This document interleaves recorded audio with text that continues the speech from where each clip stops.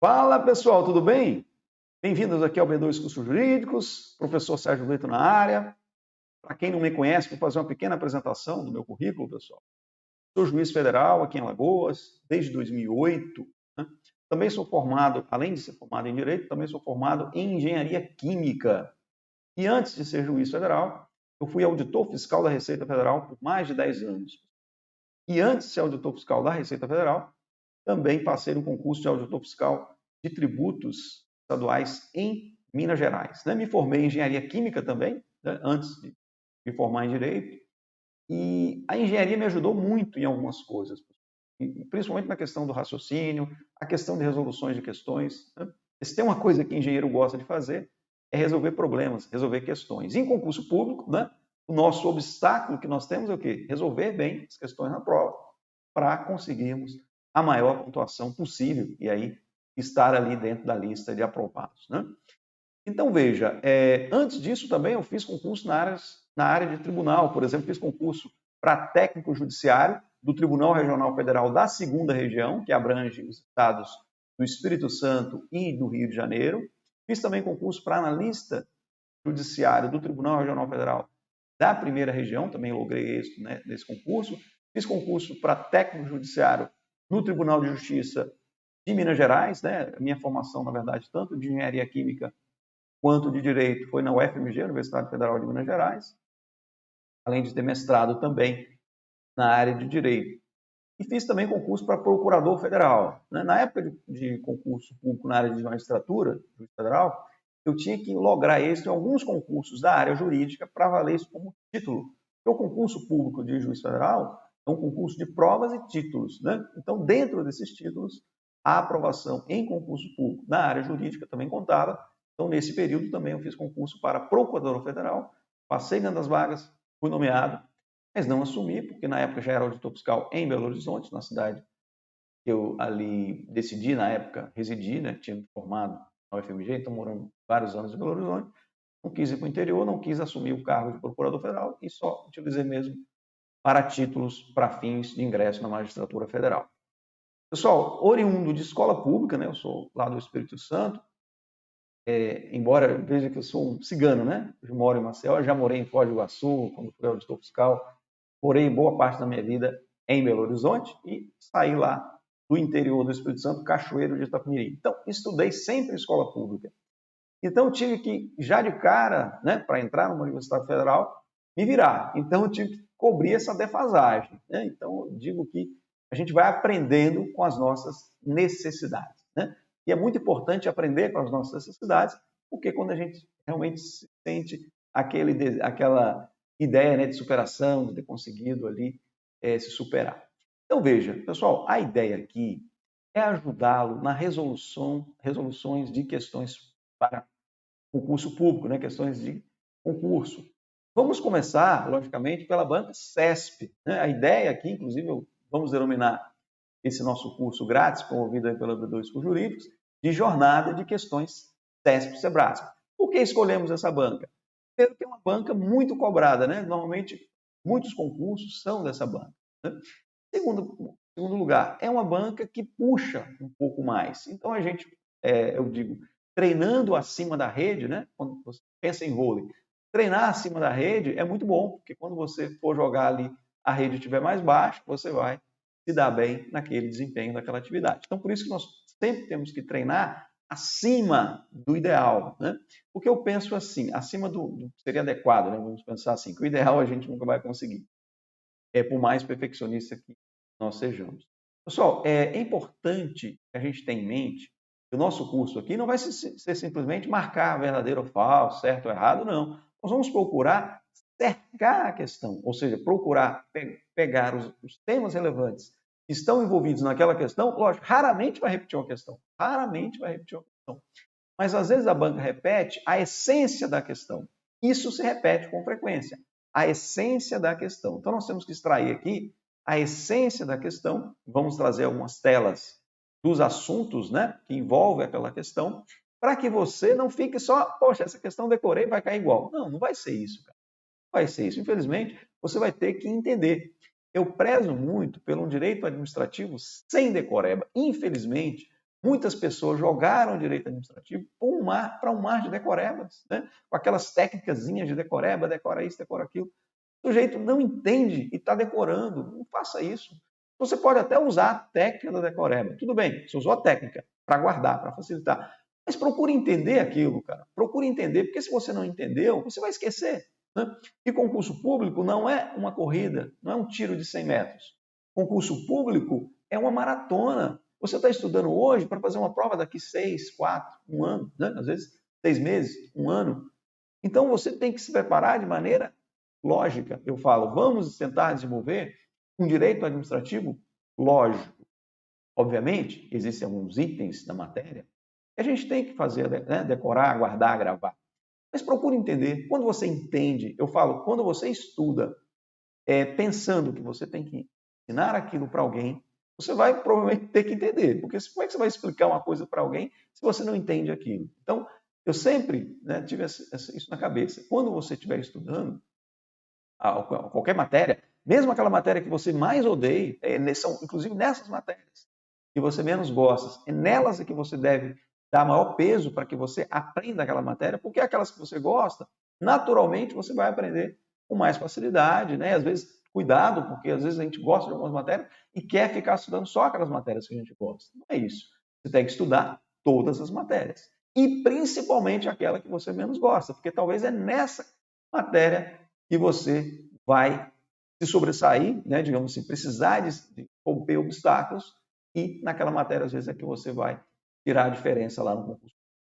Então, veja, a nossa ideia aqui é, a partir de uma questão, abrirmos um leque sobre aquele tema, para que você não fique só ali na decoreba, para que você entenda a disciplina. E vamos começar, pessoal, nessa videoaula de hoje, com a prova da PM, né, uma prova básica, prova de soldado da PM aqui de Alagoas. Vamos à obra, né? Já falei muito, já dei alguns sermões aí. Quem sou eu para dar sermão? Eu só simplesmente estou tentando auxiliar, dar conselho para que você possa conseguir aí a sonhada aprovação. Posso falar isso para você, porque realmente eu já fiz mais de 10 concursos, não passei em todos, obviamente, mas tenho aí 7, 8 aprovações em concurso público. Vamos lá para a tela, para a gente dar início a essa nossa maratona de questões, jornada de questões? Vamos lá? Olha só, pessoal, como eu já falei, nessa primeira semana, né, do nosso encontro, serão encontros semanais, nós temos aí a prova da Polícia Militar de Soldado aqui de Alagoas.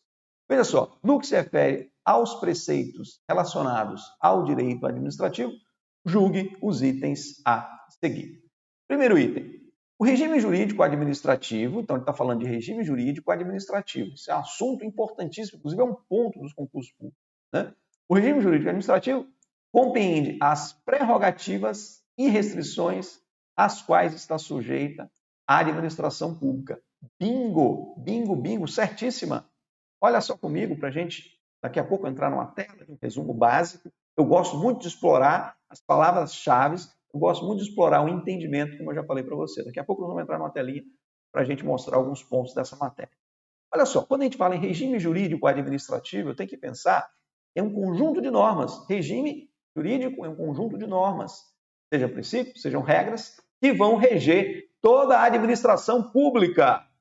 Veja, que vão reger toda a administração pública. E esse regime jurídico, ele traz para a administração uma série de prerrogativas e uma série de restrições, ou seja, a administração pública, professor, o que são prerrogativas? São situações que a administração pública vai ter de privilégio, de superioridade em relação ao administrado. Por exemplo, a administração pública, ela pode desapropriar um imóvel de um particular, independentemente da vontade desse particular. A administração pública vai fazer uma rodovia e tem ali uma fazenda onde essa rodovia vai passar. Ora, a administração não precisa de ali implorar para aquele sujeito, dono daquela propriedade, para que ele venda um pedaço da propriedade para que a estrada passe, para que a rodovia passe. De forma alguma. A administração pública vai, por meio de um decreto, declarar, né, aquele imóvel, né, questão de utilidade pública, necessidade pública daquele imóvel, e vai desapropriar aquela faixa necessária para passar aquela rodovia por ali. Então, é o Instituto da Desapropriação. é um instituto que é uma aplicação clara de um princípio basilar da administração pública, que é o princípio da supremacia do interesse público sobre o interesse particular. Dentro dessas prerrogativas, nós temos, portanto, esta questão da supremacia do interesse público sobre o interesse particular. Vamos lá para a tela para a gente entender isso melhor. Olha só, pessoal, quando a gente fala em regime jurídico administrativo, eu tenho que entender que é um regime jurídico próprio da administração pública, do direito administrativo. Né? É um regime jurídico de direito público. Por que direito público? Olha só, pessoal, esse desenhozinho básico aqui, ó, uma relação jurídica vertical. Olha só se tem como você confundir isso. Essa é uma relação jurídica vertical de direito público. É diferente de uma relação jurídica de direito privado, que é horizontal. Olha aqui como as partes, porque direito estuda o quê? Relação jurídica. Essa é uma relação jurídica o quê? Horizontal. Porque não há supremacia de uma parte em relação à outra. Já essa aqui, ela é vertical, né? Vou colocar um Bzinho aqui. A administração pública está aqui e o particular está aqui embaixo. Olha só, uma relação jurídica vertical é uma relação jurídica de direito público, porque uma parte se sobrepõe à vontade da outra parte. Uma parte tem muito mais privilégios. Desculpa, acabei de falar para vocês o caso da desapropriação.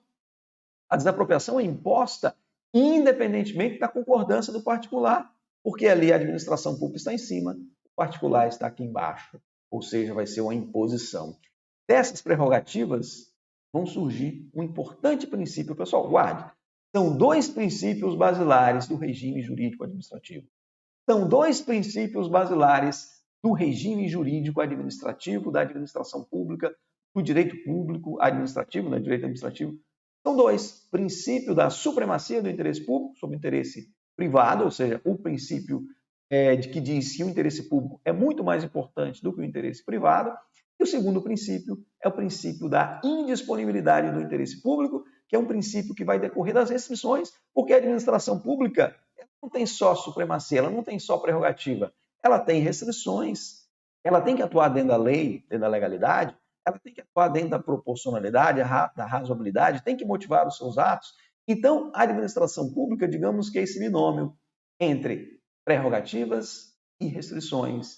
Esse regime que eu falo de morde e assopra. Ou seja, se por um lado tem prerrogativas, supremacia do interesse público sobre o interesse privado, por outro, há restrições, né? Porque tem que ter um equilíbrio. Né? Imagine que se tivesse só a supremacia sem restrições. Poderíamos ter o caos, poderíamos ter arbitrariedades. Então, por isso é que a administração pública também tem restrições. Né? Nessa balança, temos que ter, ao mesmo tempo, supremacia e, ao mesmo tempo, restrições. Temos que ter prerrogativas e restrições. Então, essa é a ideia geral de todo o direito administrativo. Todo o direito administrativo ele é desenvolvido a partir desses dois princípios basilares: supremacia do interesse público sobre o interesse privado e a indisponibilidade do interesse público, né, por parte do administrador público. Vamos lá na tela para a gente falar mais alguma coisa sobre isso.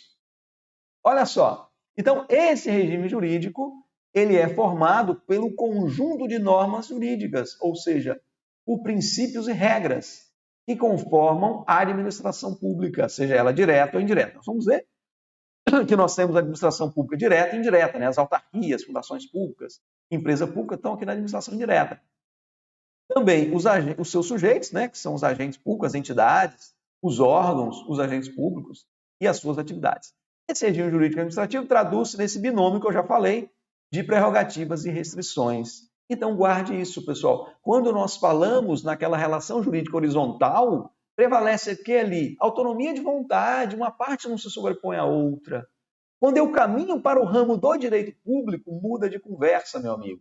A relação jurídica é outra. A relação jurídica ela é vertical. Então, só com base nesse desenho, você já tira, já extrai, aí usando o meu lado de engenharia, né, que o engenheiro tem que extrair informações de um dado simples, né? Somente desse desenho, em que você tem um desenho horizontal e o outro vertical, você já verifica uma grande diferença, né? Quando você diz relação jurídica e direito privado, a autonomia da vontade está ali presente, ou seja, a parte faz o que quer, ela tem autonomia da vontade. Quando você vai para a relação jurídica de direito vertical, né? Direito público, relação jurídica vertical, já estou criando aí o direito vertical, relação jurídica, direito público, que ela é vertical, nós temos ali a supremacia, a superioridade de uma parte em relação à outra, ok? Guarde isso, isso é importantíssimo para você desenvolver toda a sua base do direito administrativo. Eu diria que sem isso você vai construir uma casa aí de uma fundação ruim, que a qualquer momento ela pode ceder, pode ser destruída, ok? Vamos lá para a tela? Vamos agora para a segunda questão, que vai falar do princípio da hierarquia, que é um princípio importantíssimo no direito administrativo. Veja, o princípio da hierarquia verifica-se na subordinação existente entre entes da administração indireta e os órgãos da administração direta, aos quais daqueles estão vinculados. Erradíssima! Essa questão é show, a gente vai explicar muita coisa aqui com base nessa questão. Eu vou falar por que ela está errada, mas eu preciso primeiro falar para você de algumas coisas. O que é o princípio da hierarquia? Ou o poder hierárquico, né, que também vai decorrer desse princípio. Pessoal, a hierarquia é uma relação de subordinação e coordenação que existe internamente na administração. Eu vou falar o seguinte, ô chefe, eu tenho que te obedecer. Ou subordinado, você tem que me obedecer, o chefe dizendo. Olha, pessoal, ali é uma relação hierárquica. Há um dever de obediência, ali há uma relação de subordinação e coordenação. Quando nós temos uma relação de subordinação e coordenação, eu digo que ali eu tenho hierarquia. O dever de obediência, esse poder da administração pública de ordenar, coordenar, controlar, corrigir os atos dos subordinados. Isso ocorre também entre órgãos públicos, tá? Isso ocorre entre agentes e entre órgãos públicos. Você tem um órgão superior, um órgão subordinado, você tem um agente superior, um agente subordinado. Não pense que hierarquia é só em relação a agentes públicos. Existe hierarquia também em relação a órgãos, né? Por exemplo, presidência da República é um órgão. A presidência da República está superior, né, ali no patamar de hierarquia em relação aos ministérios, né? Os ministérios estão logo abaixo, são órgãos da administração pública federal, administração direta. Pessoal, a administração indireta, o que é a administração indireta? São aquelas pessoas, né, que vão desempenhar a função administrativa de forma indireta. Ou seja, não vai ser o ente estatal União, por exemplo, que vai desenvolver aquela atividade. É uma entidade que a União criou para que ela desenvolva essa atividade. Por exemplo, o INSS, né? O INSS é uma autarquia federal que desempenha várias competências, várias atribuições, né? A principal dela, a questão referente ali aos benefícios previdenciários, benefícios assistenciais, né? É feito pelo INSS, esse controle, concessão de benefícios, deferimento, pagamento. Então, veja, a autarquia federal foi criada pela União para desenvolver essa atividade específica. Princípio importante aí também que nós temos é o princípio da especialidade, né? Essa autarquia foi criada para desenvolver uma função específica da administração pública. Agora, ali será que há hierarquia? Não, não existe hierarquia entre o ente, né, o órgão da administração direta e as entidades da administração indireta. Pessoal, guarde isso. São 4, na verdade são 5, vou falar aqui as 4 principais, que nós temos também os consórcios públicos, né? Nós temos 4 entidades que formam as pessoas jurídicas da administração indireta. Quais são elas? Autarquias, fundações públicas, sociedade de economia mista e empresa pública. Formam a administração chamada indireta.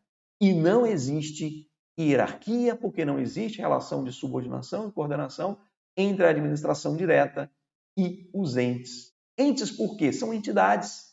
Entidades são o quê? Pessoas jurídicas. Não confunda entidades com órgão. Órgão é parte de uma entidade. Órgão não tem personalidade jurídica própria. Órgão é uma parte de uma entidade. Diferentemente de uma entidade que tem personalidade jurídica própria. Em direito, o que significa ter personalidade jurídica própria? Fazer parte de relações jurídicas, né? Ser titular de direitos e obrigações. Então, somente as entidades fazem parte de uma relação jurídica, ou seja, somente uma entidade têm personalidade jurídica própria, as autarquias, sociedade de economia mista, as empresas públicas, tá? E as fundações públicas. Vou lá na tela fazer um desenho simples. Eu gosto muito de desenhar, pessoal. Aí é meu lado de engenharia, né? E a gente guarda muito mais o desenho. Eu desenho mal, eu desenho muito bem, mas você guarda ali a estrutura do desenho. Vamos fazer um desenho bastante aí tranquilo para você entender. Olha só na tela. Olha só, a hierarquia, pessoal, ela só existe. Olha só, se eu pensar aqui na união, vamos pensar aqui que aqui é a união, essa bolinha aqui mal desenhada é a união. Aqui dentro da união eu tenho vários órgãos. Lógico que esses órgãos vão ser estruturados de forma hierárquica, né? De forma hierárquica. Um órgão ali superior ao outro. Aqui nós temos órgãos públicos. Vou chamar aqui de OP. Órgãos públicos não têm personalidade jurídica. Eles são partes, são estruturas, estão dentro aqui. Estou dando o exemplo da União. Poderia dar o exemplo do Estado, né? Que nossa administração pública ela se divide, né? Em administração federal, estadual, municipal, distrital. Vamos falar aqui o exemplo da União. Então, vamos pensar aqui em ministérios, secretarias. Então, tem vários órgãos.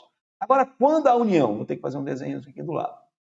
Quando a União cria uma pessoa jurídica da administração direta, vou colocar aqui INSS, ok? Isso aqui tudo é feito no mouse, por isso que a gente dá um palhinho aqui. Então, veja, a União, quando ela criou o INSS, que é essa autarquia federal, aqui não tem hierarquia. Eu vou marcar um X aqui, não tem hierarquia aqui. Aqui tem hierarquia. Eu estou dentro da mesma pessoa jurídica. Então, guarde isso. Eu vou ter hierarquia dentro da mesma pessoa jurídica.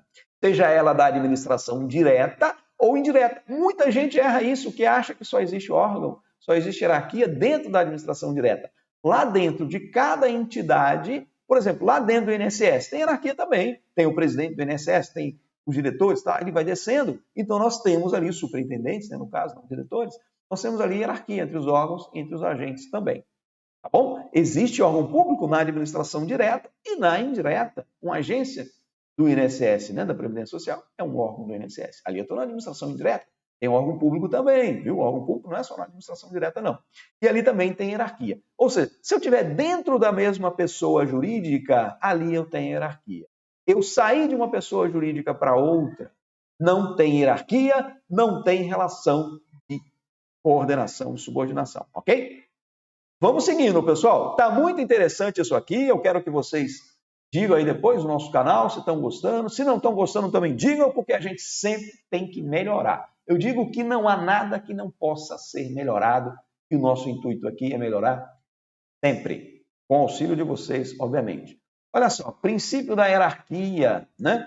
Os órgãos da administração pública são estruturados de tal forma que se cria uma relação de quê? De coordenação. Vamos lá devagar.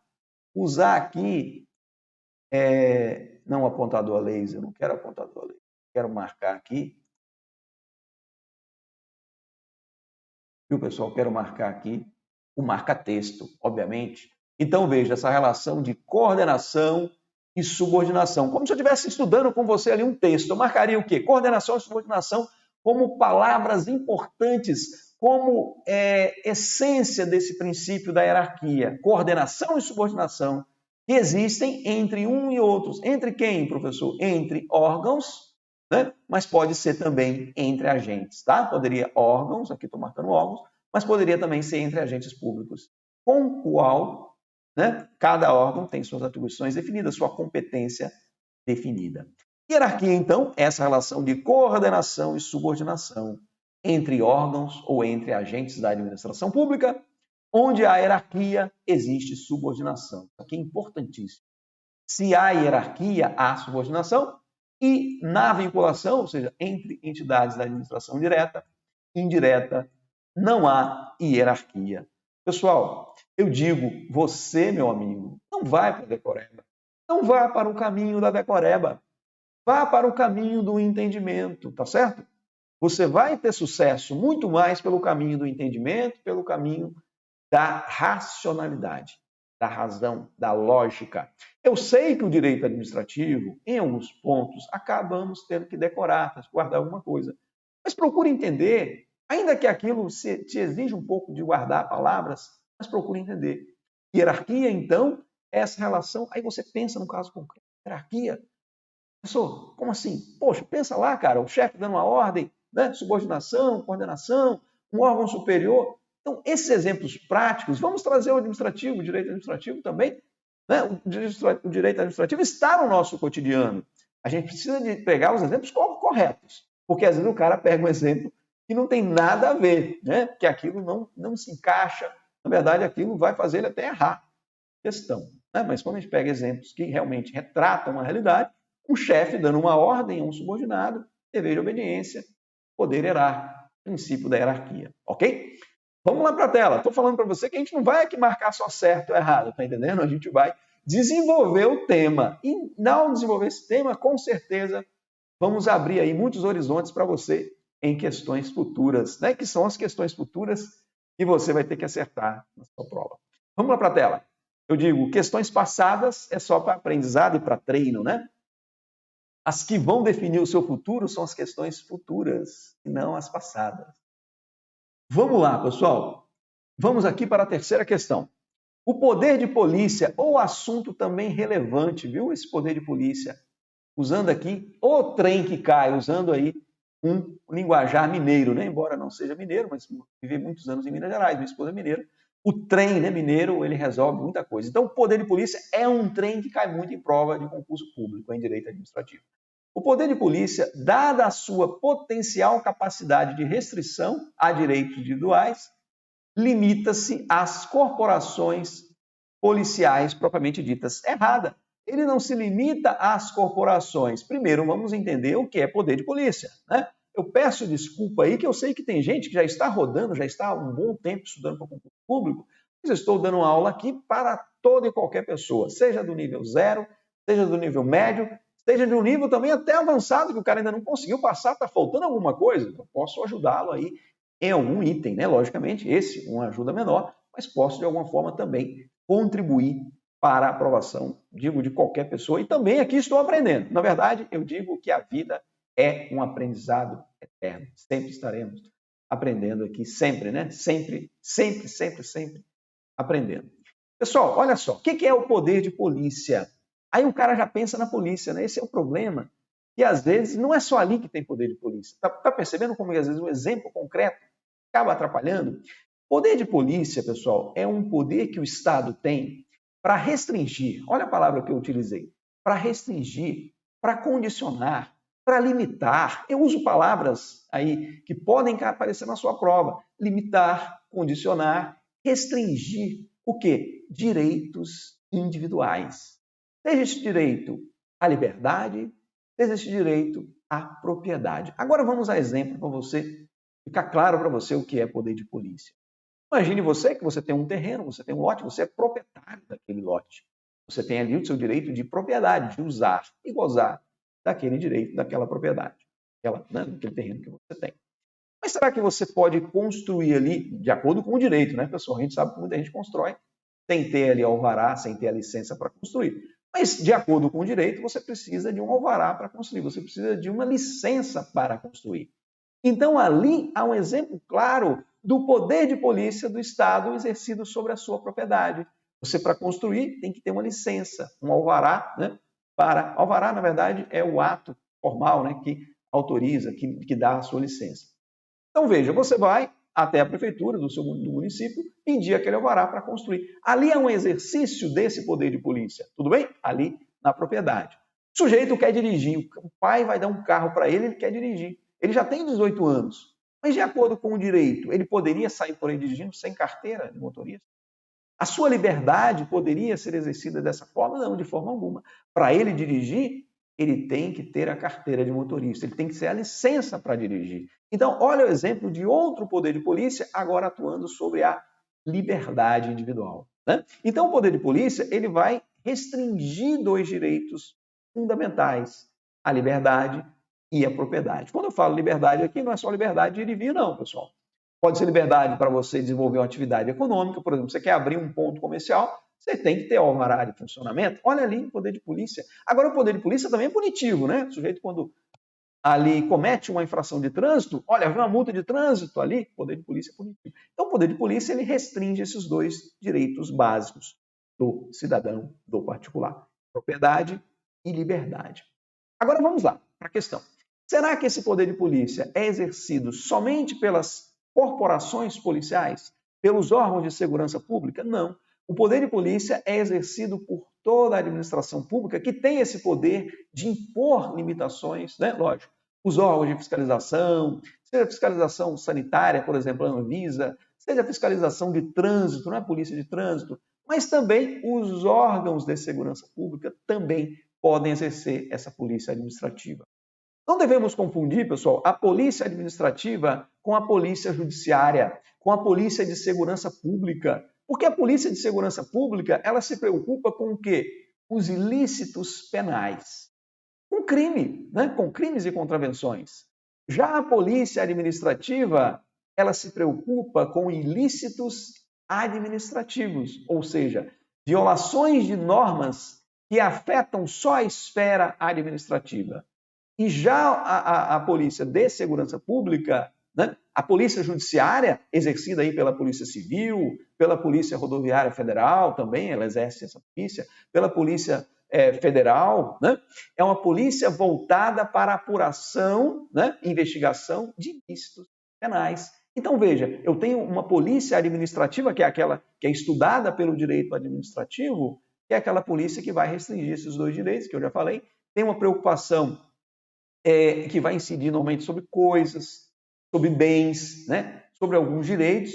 Já a polícia de segurança pública, ela vai incidir sobre as pessoas, né? Elas podem ir presas, né? Você não vai ter uma punição administrativa ou de uma prisão. Já no ilícito penal, você pode ter a prisão, porque nós estamos falando de uma polícia de segurança pública. A polícia judiciária é aquela polícia que vai se preocupar com essas investigações aí no âmbito criminal, no âmbito do crime, né? Penal. Olha só, vamos lá para a tela, já falei bastante. O que a gente precisa de saber agora nisso? Professor, vamos lá, marca texto para facilitar aqui. Olha só, poder de polícia, então, é essa atividade administrativa que destina-se a condicionar, a restringir o exercício desses direitos, liberdades individuais e uso, gozo e disposição da propriedade. Então, guarde isso. Propriedade e liberdade. Objetivando, por que a administração faz isso? Por que o Estado faz isso, pessoal? Porque ele é mau? Não, ele está buscando ajustar os interesses coletivos, né? Pessoal, veja isso aqui é importantíssimo, né? Por que existe essa polícia administrativa? É justamente para que o interesse coletivo, o interesse comum, seja respeitado. Por que o sujeito não pode usar o som dele na altura que ele quiser? Né? Imagina, isso vai causar um tumulto, né? Imagina todo mundo usar o seu som alto, imagina todo mundo dirigir na velocidade que quiser.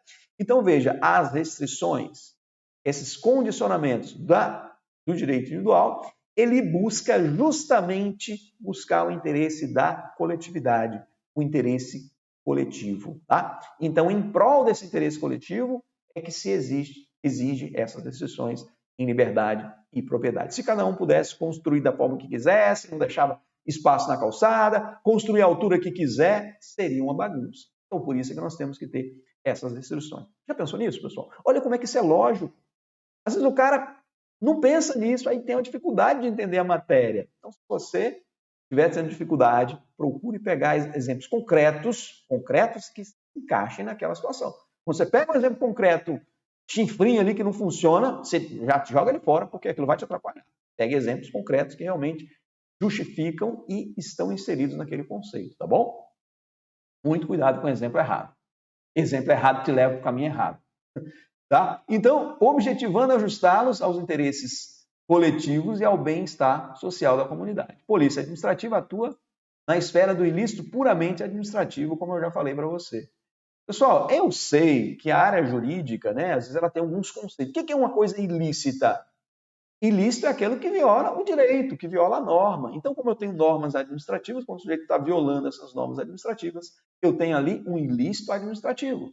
Se ele está violando normas de direito penal, né, crime, né, tem lá a tipificação no Código Penal e nas leis extravagantes, os crimes, né, define ali o crime, a pena. Se ele viola uma daquelas normas, eu estou diante de um ilícito penal, ou seja, uma violação de uma norma na esfera criminal. Então, o ilícito é toda violação de uma norma. Esse ilícito pode ser administrativo, pode ser civil, pode ser penal, tá certo? Porque são conceitos, às vezes, básicos, que a pessoa, ao ler, ela não tira essa informação. Isso dificulta muito o entendimento. Né? Eu brinco que se você pudesse, a cada palavra, abrir ali todos os conceitos, né, é importante no seu entendimento. Vamos lá para a tela. Olha só, polícia administrativa versus polícia de segurança pública. A polícia judiciária, né, é um exemplo de polícia de segurança pública, e a polícia da manutenção da ordem pública. A polícia militar, né, ela atua aqui, ó, na manutenção da ordem pública. Já a polícia civil é uma polícia judiciária, né? Ela vai investigar, né, os crimes, né, ali ver um homicídio foi praticado, quem foi que praticou aquele homicídio, fazer investigação, inquérito policial, né? Esta última, ou seja, a Polícia de Segurança Pública, ela será exercida somente por órgãos de segurança, né? Polícia Civil, a militar, incide sobre pessoas e tem por objeto, a questão dos ilícitos penais. A polícia administrativa, pessoal, ela é exercida por diversos órgãos de fiscalização da administração em várias áreas. Na área de saúde, nós temos a Anvisa, na área de educação, nós temos fiscalização também pelo MEC, na área de trabalho, né, os fiscais do trabalho ali fiscalizando, fiscalização administrativa, inclusive pela própria corporação policial. Guarde isso. A polícia de segurança pública só é exercida por órgãos de segurança pública, seja a polícia judiciária, seja a polícia de manutenção da ordem pública. Já a polícia administrativa, ela é exercida por toda a administração pública, inclusive pelas corporações policiais, ou seja, pelos órgãos de segurança pública. Veja, nós demos aqui uma volta. Não demos uma volta. Demos, na verdade, vários toques para você usar em questões futuras. Eu brinco. Questão do seu concurso é questão futura, né? Nós estamos fazendo questão passada e aproveitando o passado para chegar ao futuro. Esse é o objetivo nosso aqui, né? Decifrar bastante esse passado, entender a banca, como ela caminha, o que ela explora, para que nós possamos ajudá-la na conquista da sua aprovação. Olha só, questão 4. O abuso de poder pode ser caracterizado ainda que o agente público atue dentro dos limites da sua competência. Certíssima, pessoal. Veja só, deixa eu marcar aqui para a gente explicar. Temos ali várias coisas para explicar. O que é agente público? É toda aquela pessoa física que exerce uma função pública, uma função estatal. Pode ser um agente político, pode ser um agente administrativo do Estado, pode ser um agente em colaboração. Veja, esse agente público, ele tem o que nós chamamos de competência. Tá? Ele tem competência. Quando ele atua extrapolando os limites da sua competência, professor, o que é competência mesmo? Competência é um conjunto de atribuições. Resumindo assim, o que aquele agente pode fazer dentro da lei. Então, a competência dele é o que ele pode fazer dentro da lei, atribuições legais, né? Ora, quando ele atua fora da lei, ultrapassando a sua competência, nós falamos que ele agiu com excesso de poder, tá certo? Quando ele atua dentro da sua competência, mas buscando uma finalidade pública, que não seja pública, uma finalidade particular, ou mesmo que seja pública, mas que não aquela que a lei definiu, ele está violando a finalidade. Aí nós falamos que ele atuou com desvio de poder ou desvio de finalidade. Então guarde essas duas palavrinhas, mas não é questão só de decoreba não, viu, pessoal? Vamos lá para você entender. Eu falo, eu gosto de decorar, professor, tudo bem, se você gosta, tem uma cabeça boa para decorar, use isso a seu favor. Mas não fique só nela, não fique só na decoreba. Eu falo que o direito administrativo tem que ser sem decorebas, se você entender a matéria mesmo de verdade. Então veja, finalidade, quando o agente público viola a finalidade, ou seja, busca uma finalidade diversa, ele está desviando do poder. Desvio de poder ou desvio de finalidade. Raramente a banca vai usar o termo desvio de finalidade, porque fica claro, né, para você o que é. Desvio de poder ou desvio de finalidade é a mesma coisa. Quando o sujeito extrapola a sua competência, ou seja, atua fora dos limites da sua competência, nós falamos que ele atuou com excesso de poder. Agora, tanto o desvio de poder quanto o excesso de poder, eles se enquadram num conceito mais amplo, que é o abuso de poder. Abuso de poder, então, comporta duas espécies. Ele possui duas divisões. Excesso de poder e desvio de poder. Desvio de poder viola o quê? Finalidade. Excesso de poder viola a competência. Porque nós vamos ver ainda ao longo aqui do nosso resoluções de questões que o ato administrativo ele possui 5 elementos, né? A competência, a finalidade, a forma, o motivo, o objeto. Então veja que o desvio de poder viola um elemento do ato, né? Que é a finalidade, e o excesso de poder viola outro elemento do ato administrativo, que é a competência. Professor, dê 2 exemplos para a gente fechar isso. Sim, muito bem. Do lado do engenheiro, exige que eu dê exemplos, né? O concreto é o mundo da engenharia, né? Embora não tenha sido engenharia civil, ali falei em concreto, falei em obra, mas é necessário sim falar exemplos para você. Veja só, imagine que um soldado, usando aí o exemplo, nós estamos falando do concurso da Polícia Militar, um soldado pratica uma atribuição que não é dele, que é do sargento. Ora, se ele praticou uma competência que é do sargento, ele extrapolou os limites da sua competência. Ele atuou com excesso de poder, tá bom? Agora veja, o prefeito que desapropriou uma propriedade de um inimigo político dele. Vamos desapropriar esse terreno aqui, o cara é inimigo político dele. Ele disse que vai construir ali uma escola. Mas não era para construir escola nada. Era simplesmente para o cara que abriu um comércio ali, ia ganhar dinheiro e tal. Ele desapropriou, simplesmente não construiu escola, não construiu hospital, não construiu nada ali público, simplesmente para prejudicar o seu inimigo político. Ora, ali, o seu ato foi um ato com desvio de poder ou desvio de finalidade. Ok? Agora sim, vamos para a tela para a gente amarrar estes conceitos. Né? Vamos lá, para a tela? Olha só, pessoal, vou pegar aqui o marca-texto para a gente ficar mais certo. Olha só.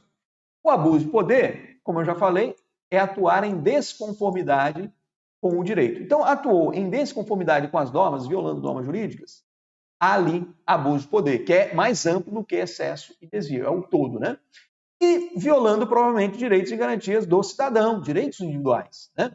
Logicamente que esse abuso de poder pode levar ao dever de indenizar a administração pública, ser responsabilizada. É um outro ponto importante aqui que está ligado com o abuso de poder. Esse abuso de poder levando a um dano ao particular, ele vai ter o direito de indenização. Né? Aí nós vamos ter que depois ver se o agente público que praticou esse abuso de poder, obviamente que ele atuando ali com intenção, com dolo ou culpa, ele vai ser responsabilizado no direito de regresso. Mas aí a responsabilidade civil é outro tema, também nós não podemos aqui abrir um leque demais, né? Grande demais, da conta, como se diz lá em Minas Gerais. Temos que abrir um leque dentro do que estamos falando. Estamos falando aqui de abuso de poder. Abuso de poder é a violação de normas que podem levar a uma consequência para a administração pública, que é o dever de indenizar, se houver dano àquele particular, tá bom? Então, ele tem duas espécies, duas formas, tá? Vou passar para vermelhinho. Ele tem o excesso de poder, né? O que é o excesso de poder? O agente exorbita do uso das suas faculdades administrativas, ele usa a sua competência, atua fora dos limites de suas atribuições, fora da sua competência. Ofende o requisito da competência, isso aqui é importante, tá? Viola a competência.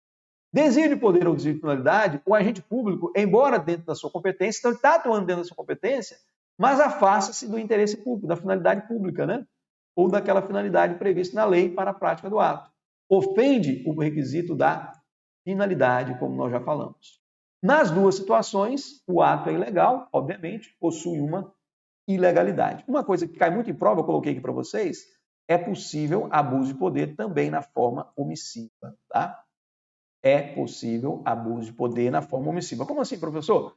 O agente público, mesmo sendo omisso em determinadas atuações, imagina o seguinte, tem um fiscal de trânsito e passou um sujeito ali a alta velocidade, ou então avançou o sinal vermelho.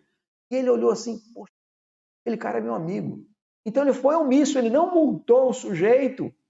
Ou seja, ele desviou da finalidade pública. Não é isso? Ele deveria pensar no interesse público e não no interesse do particular daquele colega dele. Então, por omissão, ele deixou de multar, né? Ao submeter, ele deixou de multar. Era um dever dele, um dever jurídico, um ato, inclusive, vinculado. Ele não multou, ele não deveria deixar de multar, visando ali favorecer aquele amigo dele. Ele veio rápido assim, poxa, meu colega, não vou multar.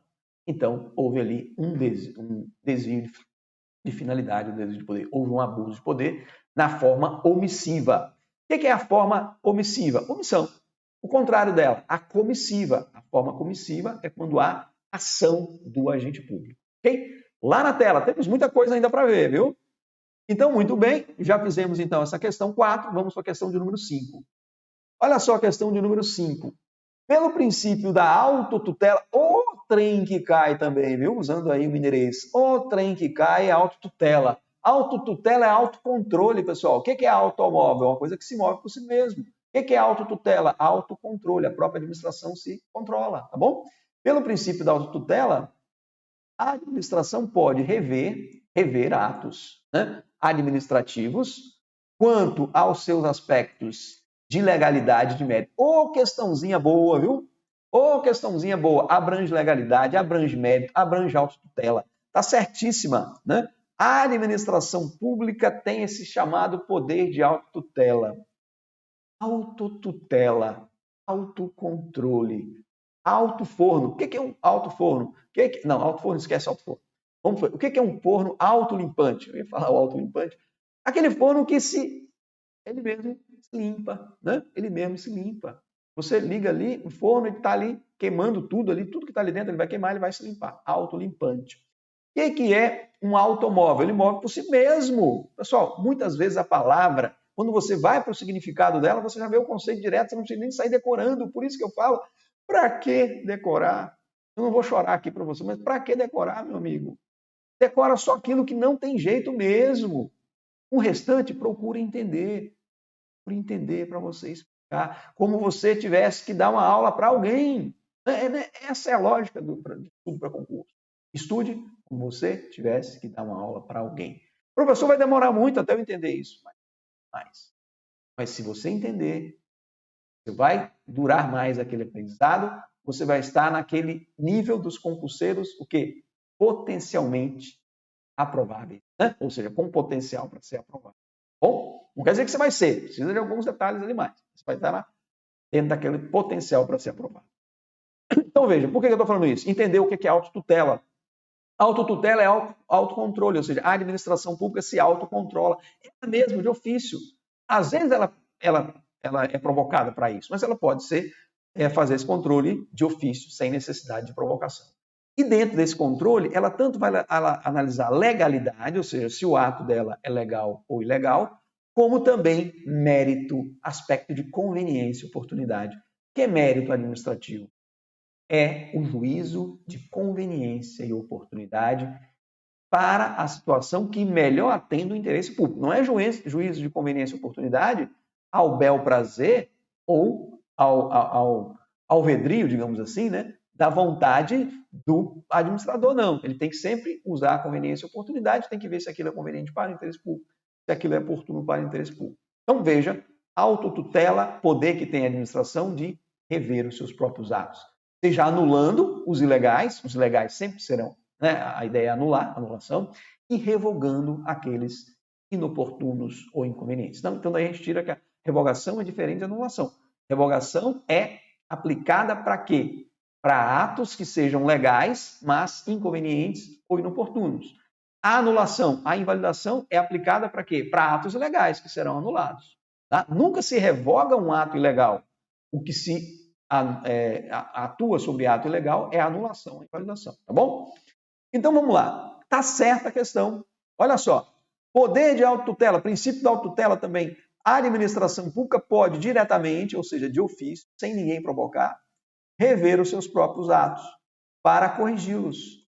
Seja quando não mais convenientes ou inoportunos, aí é que nós vamos ter a revogação. Lembrar que a revogação é controle de mérito. Mérito é o quê? Análise da conveniência e oportunidade. Seja quando ilegais, quando eles forem legais, o que vai ocorrer é uma invalidação ou anulação. Eu tenho ali um controle de legalidade. Meu amigo, você não pode errar isso em prova. Controle de legalidade é verificar.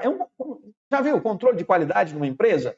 O que é o controle de qualidade daquele produto? Verificar se aquele produto está dentro do padrão de qualidade definido pela empresa. O que é o controle de legalidade? Verificar se aquele ato é legal ou ilegal. Se ele for ilegal, ele vai ser anulado. O que é o controle de mérito? É verificar se aquele ato atende à conveniência e oportunidade do interesse público. Se ele não mais atende, ele vai ser o quê? Revogado, ok? Revogação atua sobre ato válido, sobre ato legal, porém inconveniente ou inoportuno. Pessoal, vamos a um exemplo? Por exemplo, a administração pública percebeu, olha pessoal, isso aqui aconteceu mesmo na prática, viu? Não pense que eu estou inventando. Estavam um certo dia ali almoçando, né, preparando para ir para o trabalho, almoçando, e viu uma reportagem de um sujeito, olha só, escuta essa. Um sujeito no Detran em São Paulo, tá? Nada contra o Detran em São Paulo, vou dar esse exemplo, isso aconteceu na prática. O sujeito estava lá, porque questionando uma multa, ele ia questionar uma multa, porque foi autuado por estar sem cinto de segurança numa moto. Pô, moto não tem cinto de segurança, então esse ato foi ilegal, mas ele teve que ir lá, né? Aí nós temos a questão do princípio da presunção de legitimidade do ato, por isso é que ele teve que ir lá comprovar o contrário, mas esse ato era ilegal, esse ato seria anulado, né? Não existe cinto de segurança para moto, o ato ali realmente foi ilegal. Anulação desse ato. Agora imagine você que o Detran, vamos pegar o próprio Detran, tem um horário de atendimento que vai de 8 horas a 8 da manhã às 5 da tarde. Uma questão de pandemia, aquela cidade já não tem mais tanta demanda. À tarde, o pessoal está indo todo mundo de manhã. Aí ali o chefe do Detran fala o seguinte, olha, vamos mudar o horário, vamos editar uma nova portaria de horário, e agora o horário vai ser de 8 às 2 da tarde. Então fica revogada a portaria anterior por uma questão de conveniência e oportunidade. Então a portaria nova, né, ela revogou a portaria anterior, estabelecendo agora um horário de 8 às 14. Ok, houve uma revogação da portaria anterior. Ela não era ilegal, né? Foi uma questão de conveniência e oportunidade, e o ato foi extinto, o ato anterior, ok? Vamos lá na tela. Pessoal, a Lei 9.784, que é uma lei muito usada, muito cobrada em concurso público, no seu artigo 53 diz: a administração deve o quê? Anular.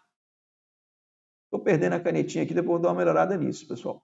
Deve anular seus próprios atos quando eivados de vício de legalidade. Se tem um vício, tem um defeito, vício é defeito, vício é defeito, guarde isso, vício é defeito. Tem um defeito de legalidade, vai anular. E revogá-los por motivo de conveniência ou oportunidade, respeitados os direitos adquiridos do particular. A convalidação, que é uma coisa que a gente vai ver aqui ao longo desse curso ainda, também é um exemplo de aplicação da autotutela. A convalidação, só para simplificar, para a gente não estender demais aí esse item, o que é a convalidação, professor? Convalidar é tornar válido uma coisa que tinha uma invalidade, que tinha uma ilegalidade, mas uma ilegalidade pequena, uma ilegalidade passível de correção. Então, a administração pública, em alguns atos, ela pode corrigir, né? Tirar um defeito do ato, né? Como se fosse fazer ali uma cirurgia no ato, tirar o seu defeito, fazendo o que nós chamamos de convalidação, mantendo aquele ato vivo, né? Um defeito sanável. Só se convalida atos com defeitos sanáveis, ou seja, ato anulável.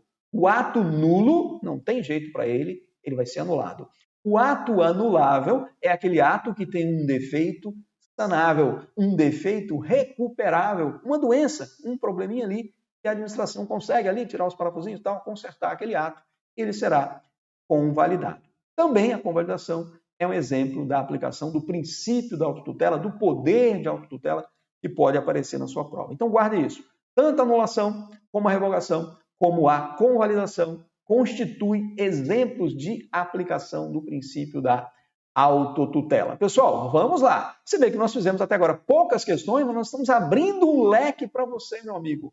O nosso objetivo aqui é aprimorar o seu conhecimento, aprimorar o seu desempenho nas suas provas e, ao final, alcançar a sua meta, que é a aprovação. Vamos lá para a tela. Sem pressa, né? O direito tem que ser, lógico, não pode ser muito demorado, mas tem que ser também sem pressa, sem atropelos, né? Olha só, mais um item aqui. Não há na doutrina majoritária, ou seja, naquela que prevalece, né, que tem mais doutrinadores seguindo, né, quaisquer distinções entre os conceitos de atos administrativos, fatos administrativos e atos da administração, uma vez que todos eles produzem efeitos administrativos. Erradíssima. São coisas completamente diferentes. Eu vou marcar aqui com bastante calma, marca texto, veja, ele está chamando ato administrativo, fato administrativo e atos da administração. Pessoal, eu tenho que explicar, eu tenho um dever de explicar para você de forma pausada e de forma clara e coerente quais são as diferenças entre essas situações. Eu vou começar com ato da administração pública. Guarde isso. Ato da administração é todo e qualquer ato praticado pela administração pública. Tem coisa mais óbvia do que isso? Todo e qualquer ato, não importa a sua natureza, não importa o seu regime jurídico, não importa se ele seja um ato de governo, ou seja, um ato político, um ato meramente administrativo, ele é um ato da administração, ok? Ato da administração é todo ato praticado pela administração pública. Olha o sujeito que praticou. Agora, quando eu falo em ato administrativo, eu já estou falando de uma espécie de ato da administração. Um ato administrativo é um ato da administração que submete a um regime de direito público. Um ato da administração que tem características peculiares, que tem atributos especiais, a presunção de legitimidade e veracidade, a autoexecutoriedade, né? A questão da imperatividade, da tipicidade. Então, são atos que possuem alguns atributos que o diferem dos atos de direito privado. Tá bom? Atos regidos pelo direito público, em que a administração pública vai ter as suas prerrogativas, regido pelo direito público. Professor, e o que é fato administrativo? Fato administrativo, diferentemente dos atos da administração, atos são atos de vontade humana, né? Praticado ali por um agente público. Um ato de vontade humana praticado por um agente público que vai ser imputado, vai ser atribuído à administração pública. Agora, o fato administrativo, ele é um evento que não decorre da vontade humana. Ninguém morre porque quer. Não é isso? A morte, por exemplo. Não há vontade humana ali. Pelo contrário, né? Tirando poucas pessoas, as pessoas, né, não querem morrer, ficam ali. Né? Algumas querem, né? Infelizmente estão ali numa situação ruim e tal, sofrendo. Né? Mas não vamos entrar nessa discussão. Nossa discussão aqui é jurídica. Eu só estou tentando dar um exemplo para você. A morte é um evento que não depende da vontade humana. Né? É um evento natural. E esse evento natural, ele tem consequências jurídicas. Então, quando eu tenho um evento, um fato, que, embora não seja um ato de vontade, mas ele tem efeitos jurídicos, ele produz algum efeito no mundo jurídico, nós chamamos, no mundo, aí no caso do regime jurídico administrativo, né, nós chamamos ele de fato administrativo. Por exemplo, a morte de um servidor. Se um servidor morre, o que vai gerar? Qual efeito jurídico aquilo vai gerar? Ora, pode gerar uma pensão por morte para os seus dependentes, vai gerar uma vacância, o cargo vai ficar vago. Então, vendo, um fato administrativo é um fato, um evento natural que vai a passagem do tempo, né? A prescrição é a passagem do tempo. Também é outro exemplo de fato administrativo, a prescrição, a decadência, né? Não depende de vontade. Passou o tempo ali, houve a inércia da administração, prescreve, né? A prescrição é a perda da pretensão a um direito. Vamos lá para a tela agora para a gente definir com os conceitos, com as palavras-chave, o que eu falei aqui para você, tá bom? Pessoal, eu sempre procuro falar para você entender. Se você não entendeu, não é você que está errado. Sou eu que estou errado. Eu quero que você faça os seus comentários aí e me diga que eu quero melhorar. Eu é que estou errado se você não entendeu, ok? Pense assim. Olha só, se você não entendeu, coloque a dúvida lá.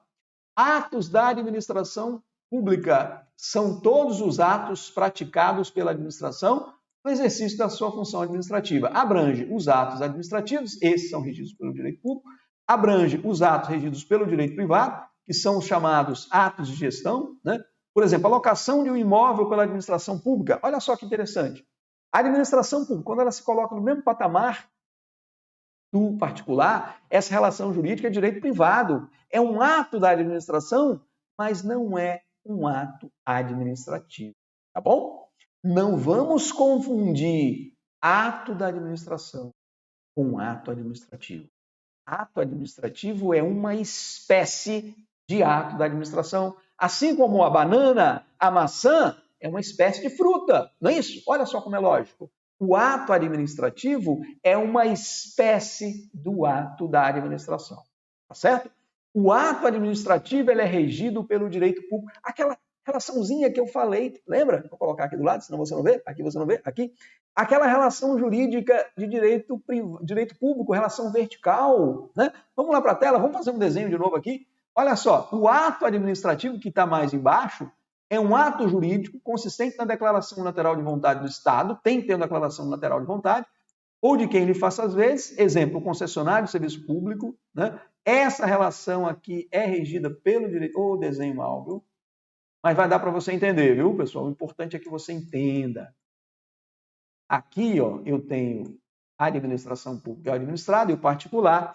Ali, pessoal, nós temos essa relação jurídica bonita, vertical, de direito público, em que a administração vai ter a sua supremacia, mas também vai ter as suas prerrogativas e, além das suas prerrogativas, ela vai ter as suas restrições, né? Já no direito, no regime de direito privado, nós vimos a relação jurídica ela é horizontal, tá? Guarde isso lá da matemática, né? O que é vertical e o que é horizontal. Os dois estão na mesma igualdade.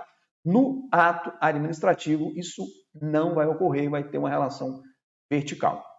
Olha só, então, os atos regidos pelo direito privado, os atos administrativos, os atos materiais, por exemplo, os atos de execução, né, feito ali pela autoridade administrativa, também ele se enquadra como um ato da administração pública. Os atos de governo, né, a doutrina majoritária também coloca os atos de governo como atos da administração no seu sentido amplo. Exemplo, um veto do presidente da República a um projeto de lei. O presidente da República ele participa, né, da produção legislativa, ele pode tanto iniciar uma lei, como vetar, como sancionar. Quando ele veta um projeto de lei, ali nós temos um ato de governo, um ato político. É um ato da administração no seu sentido amplo? É, mas não é um ato administrativo. Já foi cobrado em prova isso. Vou falar baixinho aqui. Já foi cobrado em prova. Abre o seu olho, viu? Abre o seu olho. Veto é um projeto, é um ato da administração, não é um ato administrativo, porque ali não há exercício da função administrativa, digamos, do ponto de vista estrito, né? Por isso que não é considerado, é um ato político, um ato de governo, por isso que o veto é um ato da administração, mas não é um ato administrativo. Pessoal, então, ato administrativo é um ato jurídico consistente na declaração unilateral, porque é uma declaração unilateral de vontade, a administração pública é que impõe essa vontade dele. O que é um ato bilateral? Olha só a diferença. O que é um ato bilateral? É quando as duas partes participam da produção desse ato. Quando o ato é unilateral, vem da vontade, é como se fosse um raio, caindo, a vontade unilateral de uma das partes, né? Baseada na sua supremacia, no seu princípio da supremacia, né? No princípio da supremacia do interesse público sobre o interesse particular. Vontade do Estado é exercida por quem? Por seus agentes públicos. Professor, mas quem não é agente público, um concessionário, pode praticar ato administrativo? Pode, isso inclusive a doutrina diz, atuando em nome do Estado, fazendo as vezes do Estado. O ato de um concessionário de serviço público também é considerado pela doutrina como um ato administrativo, porque ele está atuando em nome do Estado, fazendo as vezes do Estado. Muito importante isso. Muito importante. Às vezes isso cai em prova e o sujeito erra. Às vezes eles perguntam, o ato administrativo é praticado só, não pode ser praticado por terceiros que não sejam ali agentes públicos propriamente dito. Podem, por exemplo, por um concessionário, né? Quando ele atua ali fazendo as vezes do Estado, né? Na verdade, ali, se a gente pensar, ele estaria atuando como um agente particular, né? Em colaboração com o Estado. Conceito amplo de agente público. Olha só, esse ato tem que produzir efeitos jurídicos imediatos, né? Com observância da lei, porque ele está na legalidade, regido pelo regime jurídico de direito público, ou seja, no exercício de prerrogativas públicas e sujeito a controle de legitimidade. Todo ato administrativo está sujeito ao controle de legitimidade pelos órgãos do judiciário. Obviamente, o judiciário pode controlar os atos administrativos. Agora, eu vou falar uma coisa bem baixinha. O judiciário só controla legalidade, tá bom? Não pode controlar mérito, porque análise de conveniência e oportunidade, quem é que pode fazer? Só a administração pública. SESC gosta muito disso, viu, pessoal? Gosta muito e cobra demais. O judiciário não analisa mérito administrativo quando está fazendo o controle jurisdicional dos atos administrativos. Cai demais, tá? Cai demais. Nós vamos destacar isso num ponto de controle. Calma, nós vamos fazendo questões aqui, devagar. Não vamos abrir, senão você enlouquece. Mas também não vamos ficar naquele nível assim, o que é muito baixinho, que é o sujeito fala, que faz aquela aulinha ralinha. O cara entende tudo. Mas será que vai conseguir passar no concurso com aquela aula ralinha? Não vai. Precisa de ser uma coisa mais do que talhada. Né? Aquela aula muito bonitinha, falando as palavrinhas mais simples. Cuidado com isso aí, né? Você tem que ir a fundo, aprofundar. Nós temos, às vezes, muita aula boa na internet, mas tem muita aula muito ralinha, que o cara fala ali muito pouquinho, então o cara não vai levar muito a lugar nenhum. É bonito? Às vezes fala pouquinho, fala rápido, né? Ali, o cara, youtuber, mas você tem que prestar atenção. A aula boa é a aula mais profunda que você vai sair com entendimento, que você tem que entender também. Não adianta o cara aprofundar e você sair biruta, né? Não entendeu nada. Por isso que eu peço, pessoal, dê o feedback pra gente. Fale lá, critique, olha, melhora isso, melhora aquilo. Cara, crítica, eu sempre gosto de aceitar crítica, porque para mim as críticas são construtivas. Eu jamais vou ficar imaginando que aquilo está querendo ali me atazanar, não sei o que, não. Eu absorvo todas as críticas como críticas construtivas para melhorar, ok? Sempre visando melhorar, afinal, quem vive aí nesse mundo tem que estar sempre buscando melhorar para se adaptar melhor a ele. Pessoal, veja só, vamos parar aqui, não vamos mais falar esse parênteses. Fato da administração, fato administrativo. O que é um fato administrativo? É um fato que ocorre, né, um fato que não depende da vontade humana, que vai produzir o quê? Um efeito jurídico na esfera administrativa. A morte de um servidor é o exemplo mais clássico que se dão por aí. Né? Também a passagem do tempo é outro exemplo que pode gerar prescrição. Então, é um fato que depende ali da vontade humana que vai gerar efeito jurídico. Olha só, na esfera administrativa. É um evento material, né? Um evento material que repercute na esfera jurídica administrativa, ou seja, que produz efeito jurídico na esfera administrativa, não decorre de uma manifestação de vontade. Exemplo, a morte. Não falei que aí ninguém quer morrer. Ocorre um evento independente da vontade humana. A morte de um servidor público gera a vacância deste cargo público. Poderia falar, professor, mas também gera uma pensão, né? Sim, é outro efeito jurídico importante aí, né? Bom, se tiver dependentes, obviamente. Pessoal, vamos passar para a próxima. Estamos aqui ainda no nosso início da nossa jornada de questões. Vocês vão ver que o nosso objetivo não é marcar certo ou errado, e sim que você entenda a matéria. Vamos lá, vamos para a questão de número 7 agora. Questão de número 7. A desconcentração pode ser entendida como um desmembramento de estruturas administrativas que visam a melhoria organizacional.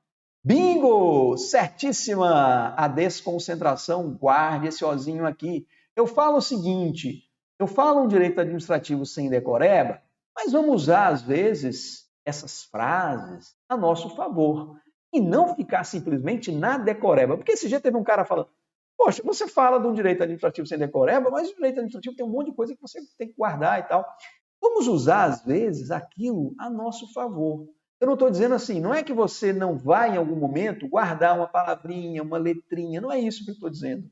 Eu estou dizendo que você procure entender e use essas regrinhas. Por exemplo, não desconcentração. Eu gosto muito de marcar para o aluno, né? Marcar para o aluno a letrinha O, que eu marquei aqui. Porque a desconcentração, ela trabalha com órgãos. Sacou? A desconcentração trabalha com órgãos. Por quê? É uma distribuição, né? Uma distribuição de competência internamente. Aquela bolinha que eu fiz lá da união, vou fazer ela de novo aqui. Olha aqui a união, mal desenhada essa bolinha.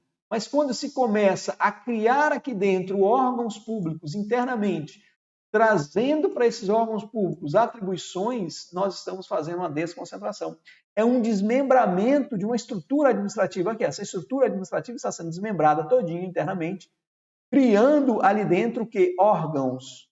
Então, quando se cria órgãos, transferindo esses órgãos atribuições, ou seja, competências, estamos falando a desconcentração, que não se confunde com a descentralização. Aí eu ensino meus alunos a marcar o Ezinho da descentralização. Por quê? Na descentralização estamos trabalhando com entidades. Uma entidade recebe uma atribuição do poder central, tá certo? Um exercício de uma atribuição, a administração está fazendo uma descentralização. Envolve uma outra entidade. Agora eu não tenho mais hierarquia, agora eu só tenho vinculação. Então não confundir desconcentração com a descentralização. Todas as duas, tanto a desconcentração como a descentralização, buscam melhorias, né, organizacionais. Só que elas estão em situações diferentes. A banca não explorou essa questão dessa diferença, mas ela deixou claro ali que trabalha com desmembramento de estruturas, né, porque está falando da questão interna, para melhoria na organização. Porque quando você desconcentra, quando a administração desconcentra ou descentraliza, se visa ali uma melhoria na atividade, no desenvolvimento daquela atividade, uma especialização, né? Se você tem um órgão especializado para fazer uma coisa, se você tem uma entidade especializada para fazer alguma coisa, obviamente que aquilo você vai ganhar em produtividade, né? Nós sabemos que os especialistas acabam adquirindo maior capacidade para desenvolver aquelas coisas. Bom, então todas as duas mexem realmente com melhoria organizacional. Mas há uma diferença fundamental que eu falo para os meus alunos: marque o Ezinho da descentralização, marque o Ozinho da desconcentração. Mas não fique só nisso, entenda, né? Isso é só para te ajudar, não é para você parar por aí. Olha só, a distribuição de competência, ou seja, a atribuição para outras pessoas jurídicas, para outras entidades, né? Pessoas jurídicas são entidades, por isso que eu marco o Ezinho de entidades, da administração pública ou para particulares. Então, quando a União, pessoal, quando a União criou uma autarquia, criou uma entidade da administração indireta, por exemplo, aqui, uma autarquia, ela fez o quê? Uma descentralização e não uma desconcentração. Ela mandou, ou distribuiu, né, vamos usar assim, competência para essa outra entidade aqui, a administração indireta, a autarquia, não é isso? Há outras pessoas jurídicas, há outra entidade envolvida, não há hierarquia aqui, como eu já falei, não há relação de subordinação, já falei isso lá atrás. O que existe aqui é uma vinculação, um vínculo, né? Há um controle, olha só como é que o direito administrativo você vai puxando, é como se fosse um fio que você vai puxando e vai vindo coisa nova. Aí você já entra em controle. Caramba, eu já estou lá em controle. Estou estudando aqui desconcentração, descentralização. Sim, cara, você já tem que fazer um link. Ali, o controle que existe ali é um controle finalístico, é uma supervisão ministerial, não é a tutela. Aí, ó, vai puxando as coisas, tá bom? Ali não é autotutela, ali é tutela, é controle finalístico, não é controle hierárquico, tá bom? Isso está tudo ligado. Se você entende, se você vai pela lógica, meu amigo, vai em mim, me segue, tá? Se você, não estou falando em seguir em canal, não. Me segue na minha ideia que você vai se dar bem. Você tem que pensar no direito como uma coisa lógica. Se você passar a decorar, primeiro, a cabeça vai ficar maluca. Segundo, você vai acabar desistindo, cara. Vai acabar desistindo, porque é tanta coisa para você guardar que você, poxa, não vai dar para mim aqui. Então, procure a lógica. Se você procurar a lógica, você vai demorar um pouco mais de tempo para romper cada um dos pontos, obviamente, quando você parte para a lógica, para o entendimento.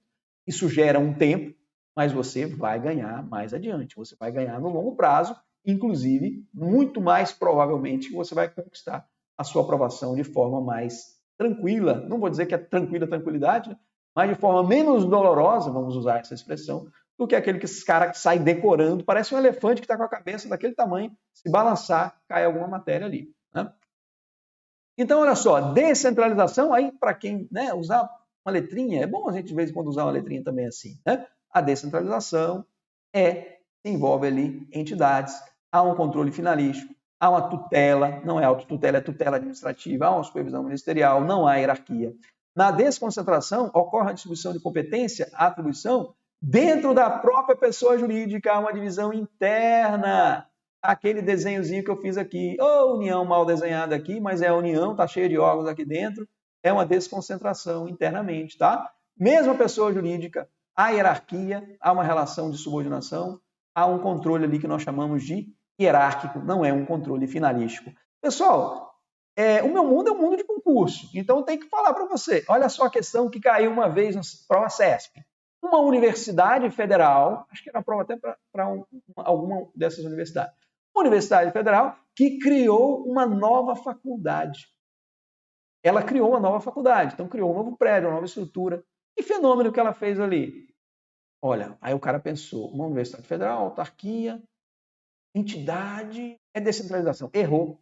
Por quê? Ali está internamente, está dentro da mesma pessoa jurídica. Então, posso também fazer desconcentração dentro das pessoas jurídicas da administração indireta, mas é interno, tá bom? Então, muito cuidado com isso, porque às vezes o cara... Tá vendo como é que às vezes o cara, se ele só guardar a letrinha, ele se enrola? Porque ele não entendeu. Guardar essas letrinhas, essas coisas que eu estou mostrando, é para ajudar você na hora da prova, mas jamais vai substituir o entendimento da matéria.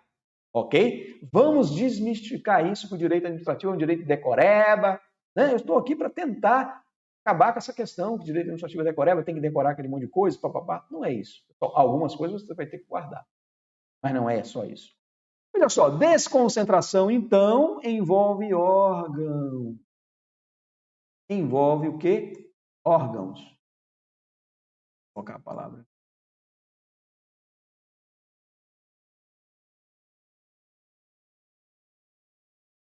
Cara, a aula é mais lenta, mas não é decoreba, viu? Eu quero que você também dê esse voto aí de confiança. Vamos lá.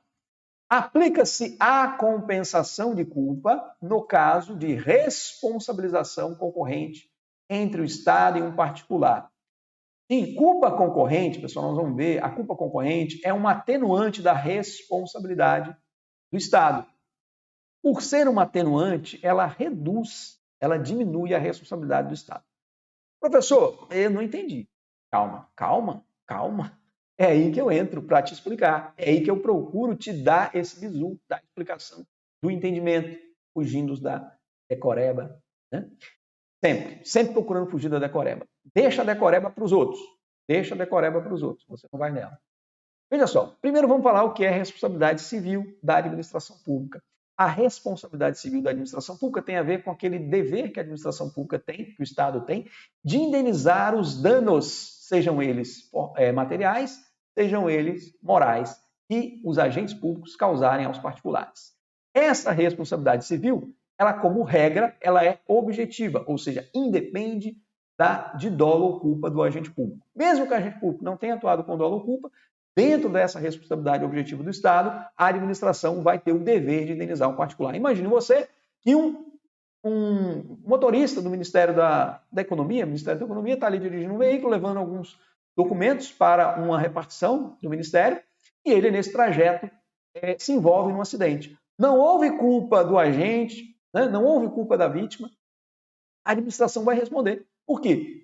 Ali há um ato de um agente público que estava no exercício da função administrativa e causou um dano a alguém. Mesmo que ele não tenha atuado com dolo ou culpa, né? A não ser que a culpa tenha sido exclusiva da vítima, porque se a culpa foi exclusiva da vítima, aí nós teremos uma hipótese de exclusão da responsabilidade, nós estaremos diante de uma excludente de responsabilidade civil. Essa responsabilidade civil, ela é objetiva, fundada na teoria do risco administrativo. O que é a teoria do risco administrativo? É aquela teoria que diz que a administração responde ainda que tenha praticado ato lícito. Segura na cadeira aí, isso mesmo. Mesmo que o ato seja lícito, a administração pública responde por esses atos.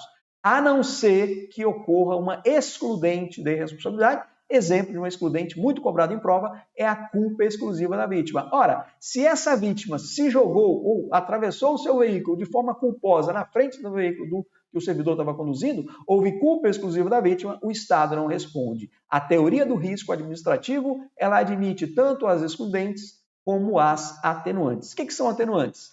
São condutas que diminuem a responsabilidade do Estado. Por exemplo, a culpa concorrente. O que significa culpa concorrente? É que tanto a vítima quanto a administração acabou contribuindo para aquele evento danoso. Então, na culpa concorrente, há uma atenuação. O que é uma atenuação? Uma redução da responsabilidade. O Estado vai responder, mas o juiz, na hora que vai fixar ali o valor da indenização, ele vai diminuir o valor da indenização, até porque a culpa também concorreu para o resultado danoso do nome culpa concorrente. Então, quando há uma culpa concorrente, o que o direito faz? Uma compensação de culpas, né? Compensa as culpas para fixar o valor da indenização num valor maior. Por exemplo, se o dano lá tivesse sido de 10 mil reais, um dano grande, né, no carro dele, chutei um valor alto, né?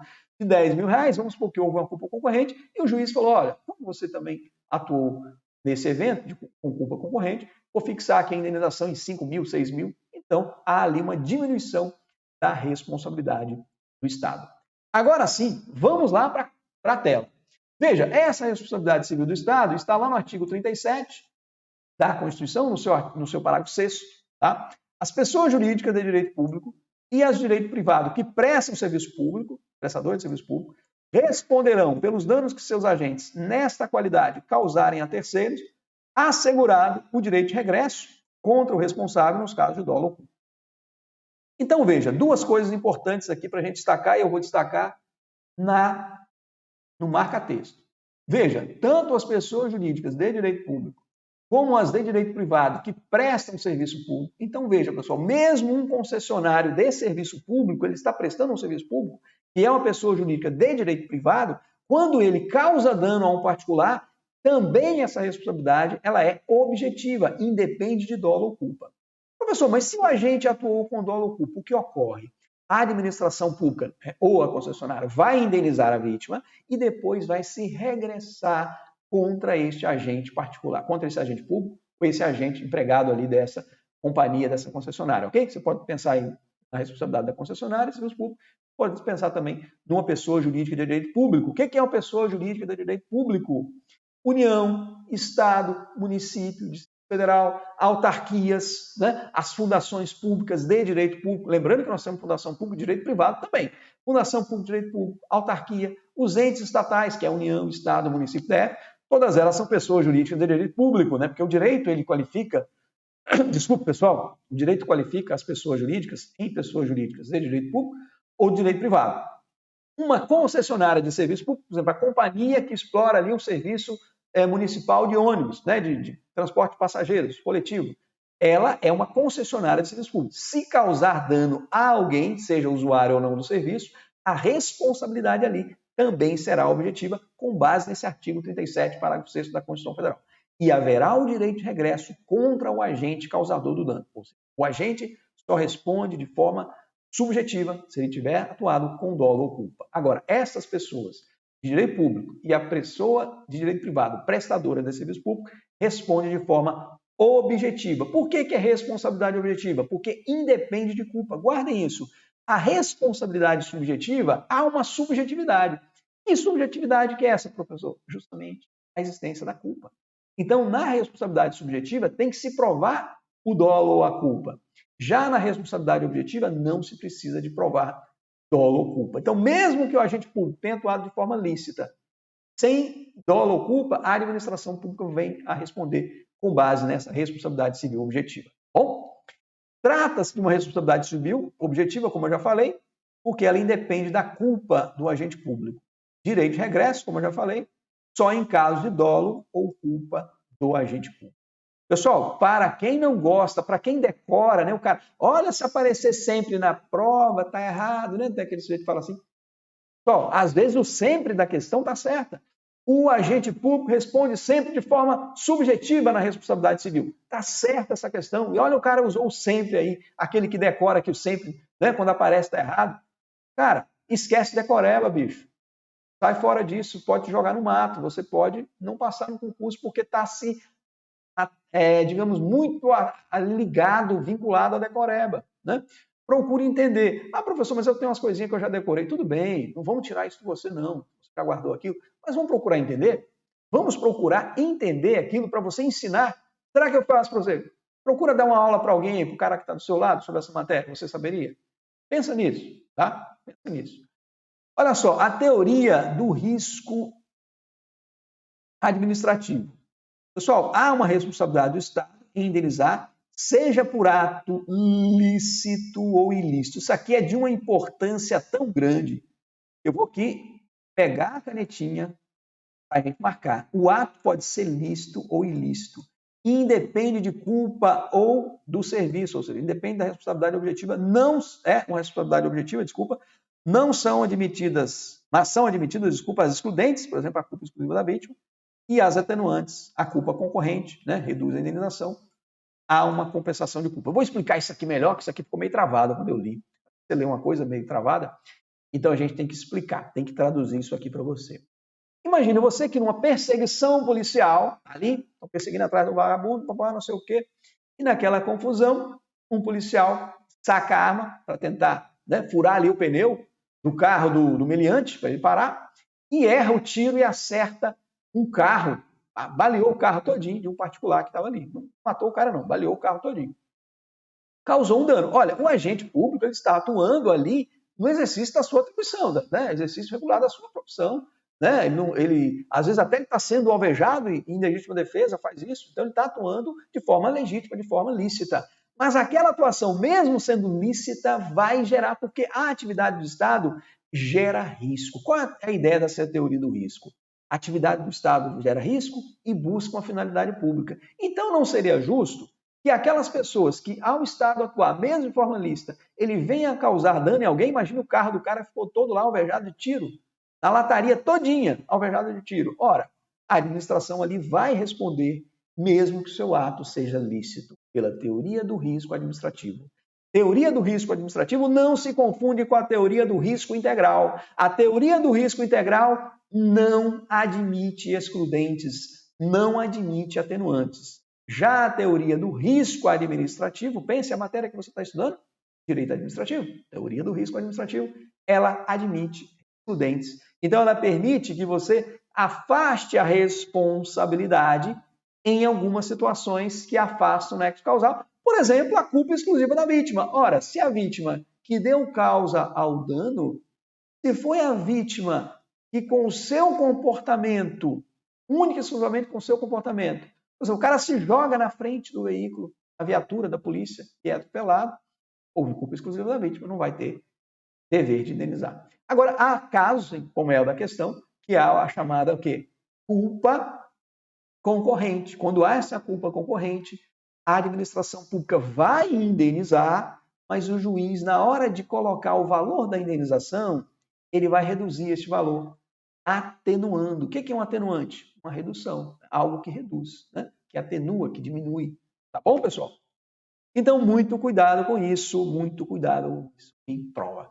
Veja só, um tema assim, né, pessoal? Parece que é fácil, né, responsabilidade, e a gente aqui traçou todo digamos, uma linha para você em outras questões de acertar, né? Tanto no seu desempenho aí do concurso, né? Também nas suas resoluções de questões no dia a dia, que você sempre deve estar praticando questões. Existem vários sites aí de questões, eu não vou sugerir para não fazer propaganda, mas é importante que você tenha acesso a um desses sites para você ficar ali fazendo questões no seu dia a dia. Sempre estudou a matéria, faça questões. Estudou a matéria, faça questões. Jamais encerre um momento de estudo que você tem ali, meia hora, uma hora, sem fazer qualquer tipo de questão, né? Eu chamo até no nosso curso, o nosso quadro é Como esse trem cai em concurso. Sempre eu tenho que ter esse quadro lá. Como esse trem cai em concurso. Ou seja, falo a matéria, explico uma coisinha e depois abro ali questões referentes àquele assunto, porque é importante para fixar. Como eu falei para você, o meu lado de engenharia me fez esse treino de sempre preocupar com resolver questões. Às vezes eu vejo aluno bom, mas ele não pratica questões. Ele estuda muito a teoria, mas não pratica questões. Eu falo para ele, meu amigo, você tem que fazer questões, porque senão quando você vai chegar... É a mesma coisa do cara que vai correr maratona, que só está treinando na academia. Você precisa de correr, ali fazer as maratonas no seu dia a dia para você treinar. Então, fazer essas maratonas no dia a dia é o quê? Fazer questões. Bom, por isso que a gente preza muito aqui no B2 Curso Jurídico pela resolução de questões sempre quando falamos aí em qualquer matéria, qualquer disciplina, é importante você fazer as questões, tá bom? Vamos lá para a questão de número 9 agora. Chega de bababá, vamos para a questão de número 9. Olha só, essa questão de número 9, pessoal, é uma questão que envolve o controle da administração pública. Olha só, o controle dos atos da administração pública somente pode ser exercido posteriormente à conduta praticada.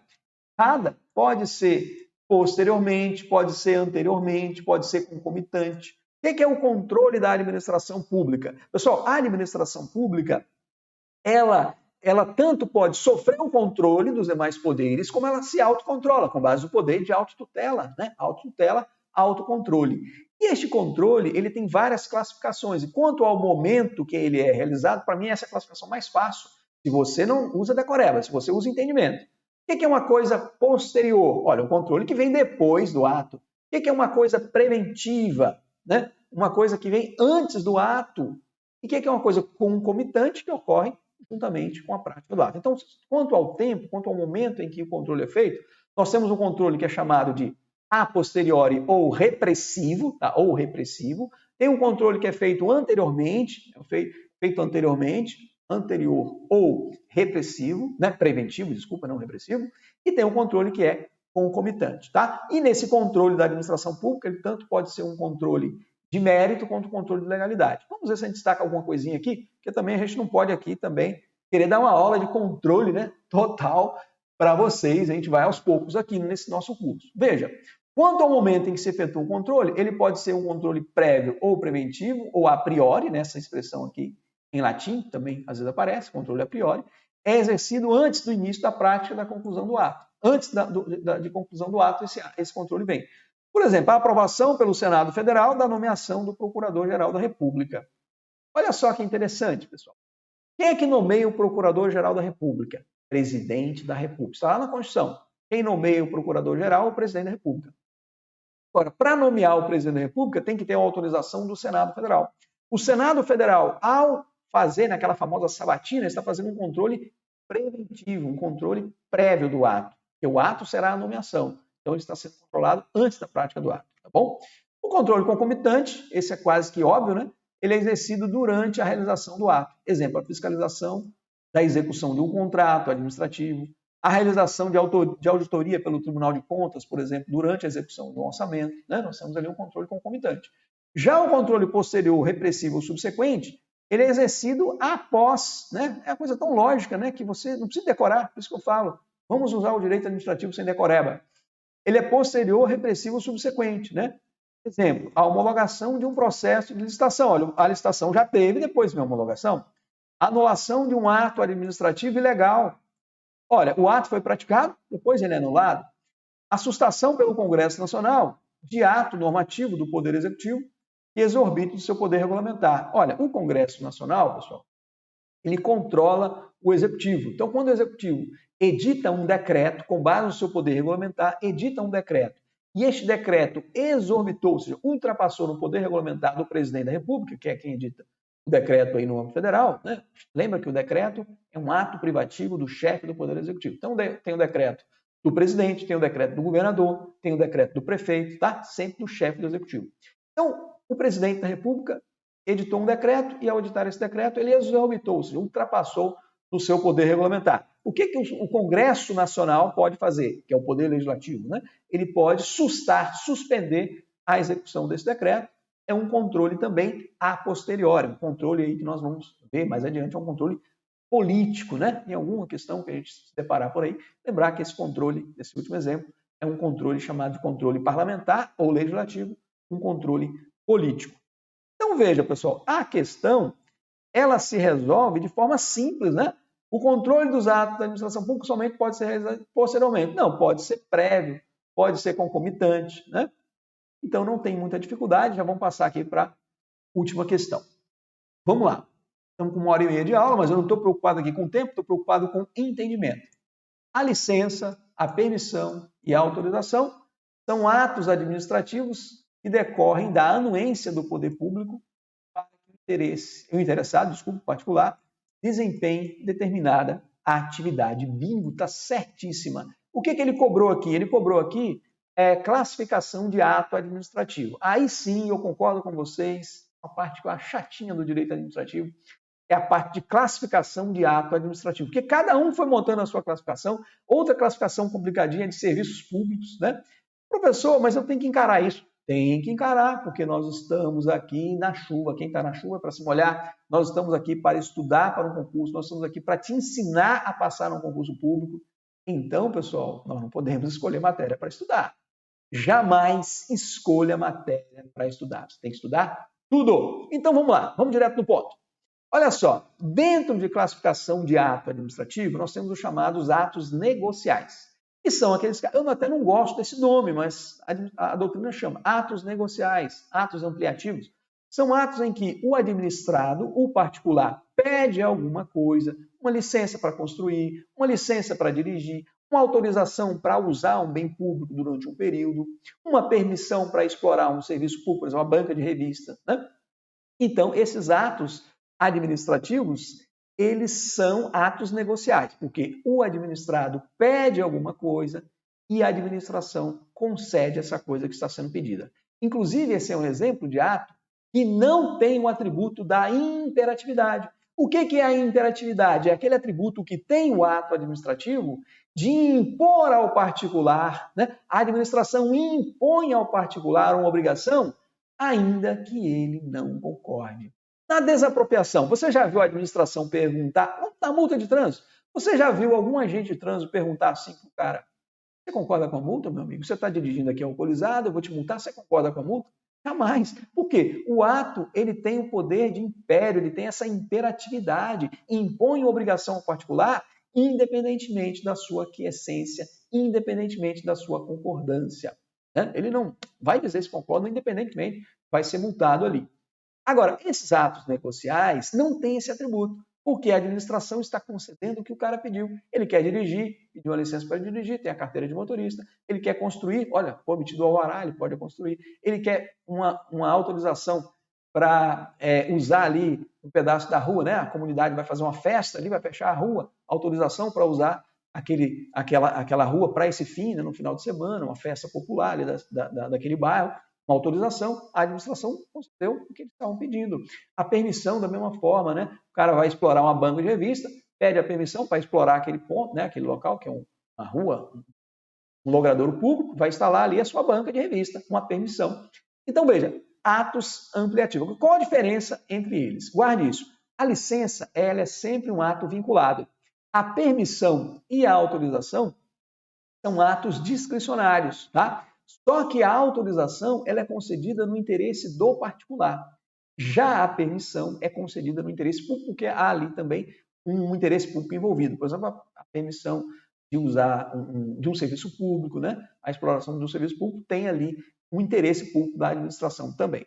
Vamos lá para a tela, para a gente não ficar aqui com muita informação. Olha só, atos administrativos negociais contém uma declaração de vontade da administração coincidente com a pretensão do particular. Ou seja, o particular pede e a administração concede, visando concretizar atos jurídicos nas condições previamente impostas pela administração. Porque, às vezes, numa licença, por exemplo, para construir, o cara tem que... tem uma mata ali no fundo do seu terreno, você tem que deixar ali um pedaço daquela mata. Você não pode estar desmatando tudo. Então, a licença, às vezes, tem algumas limitações que o administrado, o particular, deve... no caso da licença para dirigir, da mesma forma, né? Você tem a licença, mas você tem ali determinadas condições. Se você tiver pontuação, não me recordo hoje mais qual a pontuação, quando a pontuação acima de determinados pontos, você vai ter cassada aquela licença para dirigir, né? Você vai ter a suspensão dessa licença, tá? Então, veja, não há imperatividade nesses atos, como eu já falei. Exemplo, alvará, a licença, a concessão, a permissão, a autorização administrativa, a aprovação, a homologação, todos eles não há imperatividade. O ato negocial pode ser discricionário, como ocorre no ato da autorização da permissão, ou vinculado, como ocorre na licença. Ele pode ser... tem que explicar isso aqui para você, né? Estou dando a primeira aula, não sei como é que está seu nível de conhecimento, tem que partir do pressuposto que você ainda não sabe nada. O que é um ato discricionário? É aquele ato em que há para a administração pública uma faculdade, uma liberdade para agir, porém dentro da moldura da lei, né? Discricionariedade não se confunde com arbitrariedade. Atuar com arbitrariedade é atuar além dos limites da lei. Atuar com discricionariedade é atuar dentro dos limites da lei com uma faculdade, com uma liberdade, né? O prefeito, por exemplo, ele vai asfaltar as ruas de uma cidade, né? Ele não tem recurso para asfaltar todas as ruas, para fazer a operação tapa-buracos, vamos pegar esse exemplo, então ele vai escolher aquelas ruas que vão ser reparadas. Então há um ato discricionário, ele vai apreciar a conveniência e oportunidade daquela situação. No ato vinculado, meu amigo, é cara crachá. O ato vinculado é o que eu chamo de cara crachá. O que está na lei é aquilo que o cara vai fazer, porque não tem liberdade de atuação, ou seja, ele deve fazer aquilo que a lei determina na forma como foi determinado. Por exemplo, o agente de trânsito, que está ali numa avenida, um sujeito ultrapassa o sinal vermelho, ele não tem análise de conveniência e oportunidade, ele não vai pensar assim, é conveniente, é oportuno multar esse cara. Não, ele não vai fazer essa análise. Ele tem que, pau na moleira, multar aquele sujeito, né? Ele tem um dever, o ato dele é vinculado. Então, ato vinculado, não há margem de liberdade. Ato discricionário, há margem de liberdade. Ato vinculado, todos os elementos do ato administrativo, ou seja, a competência, a finalidade, a forma, o motivo, o objeto, estão previamente estabelecidos na lei. O sujeito está engessado, ele não tem para onde ir, então o ato é vinculado, ok? Então, nesse patamar, que eu já falei, a autorização e a permissão são discricionários. Guarde, isso cai muito em prova, tá, pessoal? Cai muito em prova. Então, ou seja, a autorização, a administração concede se quiser. A permissão, a administração concede se quiser. Já a licença, se o particular, olha só, se o particular atendeu todos os requisitos daquela licença, por exemplo, para dirigir, fez a prova daquela prova teórica, fez a prova de direção, fez tudo, discoteca, a administração, ele foi aprovado em tudo, a administração não tem a faculdade de conceder ou não a licença para ele dirigir, ela deve conceder a licença, por isso que a licença é um ato vinculado, tá? Precário, a autorização e a permissão é precário porque pode ser alterado a qualquer momento, pode ser revogado a qualquer momento. Já a licença tem um viés de ser definitiva. Pessoal, muito cuidado, não vamos entender esse definitivo como para sempre, né? Definitivo no seguinte sentido, se o sujeito não fizer, desculpa a expressão, não fizer nenhuma merda, não desviar ali de nada, essa licença vai continuar, né? Mas por isso é que tem essa ideia de definitividade, não que ela seja para sempre, tá? Então, guardem isso. Autorização e permissão são discricionárias, a licença é vinculada. Veja que é o contrário, por isso que é fácil para você guardar. A permissão e a autorização são precárias, porque pode ser revogada a qualquer momento pela administração pública. Já a licença tem esse viés, essa natureza de ser mais definitiva. Mas o que? A permissão, ela predomina o interesse público. Vou marcar isso aqui em marca-texto, tá? Então, a permissão, ela predomina o interesse público. Já a autorização, como eu já falei, predomina o interesse particular ali naquela jogada. Então, isso aqui é importante até para a gente ver que, às vezes, os atos da administração, embora eles tenham como finalidade principal buscar o interesse público, às vezes, a administração, em algumas situações, está, sim, favorecendo interesses particulares, mas isso dentro da lei não há problema, tá, pessoal? Porque eu já vi questão assim, pelo princípio da finalidade pública, ou pelo princípio da impessoalidade, a administração pública jamais pode conceder interesses particulares. Errado, né? Porque ela visa a finalidade pública, mas em algumas situações, né, desde que não haja violação aos demais princípios, ela vai atender interesses particulares. Olha, o sujeito quer uma licença para alguma coisa, a administração está concedendo, ali há um interesse, né, particular. Na autorização também há um interesse particular envolvido. Pessoal, vamos parar por aqui, já finalizamos, eram 10 questões. Veja, 1h40, mais de 1h40 de aula. Eu não estou preocupado aqui, professor, 1h40 para fazer 10 questões, meu amigo. A minha preocupação aqui, a nossa preocupação aqui do B2 Curso Jurídico é auxiliá-lo a melhorar o desempenho, e para auxiliar a melhorar o desempenho, nós estamos buscando pescar elementos ao redor das questões. Na verdade, não é uma aula simplesmente de marcar X, né?